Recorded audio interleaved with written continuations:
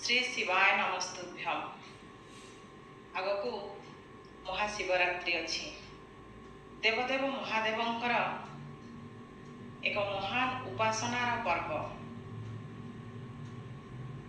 तो बंधु माने कहिबार कथा होछि एही महाशिवरात्रि उपलक्षे बा जागर उपलक्षे आमे माने मंदिर जाउछे।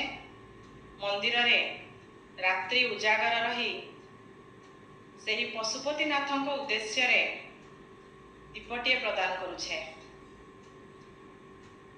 तो यही अमृत मुहूर्त रे यही पावन मुहूर्त रे आसंतु गोटे छोटिया शपथ करिबा। काहेकि ना ए पर्वपर्वाणी बा देव आराधनार जो संस्कृति आमर ताहा आम मन शरीर एवं आत्मा को पवित्र करिबा पाई। तेणु सही पवित्रता को अनुभव करी छोटिया शपथटिया नेबा। सही पशुपतिनाथक पाद तले शपथ करिबा मु आउ जीव हत्या करिबि नाही बा जीव हत्या पापरे भागी हेबि नाही एवं पशु हत्यार बा जीव हत्यार विरोध मु निश्चित भाव में करिबि एवं पशु मानकु श्रद्धा आदर करिबि।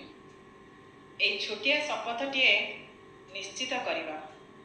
आजिर एही अमृत बेलारे देवदेव महादेवंक पाद तले मोर समस्त बंधु मानक पाई बंधु माने नुहति समग्र मानव समाज पाई सुस्थ निरोग जीवन कामना करुछि। मोर बंधु मानकु अनेक अनेक शुभेच्छा एवं शुभकामना पवित्र महाशिवरात्रि उपलक्षे। श्री शिवाय नमस्तुभ्यम।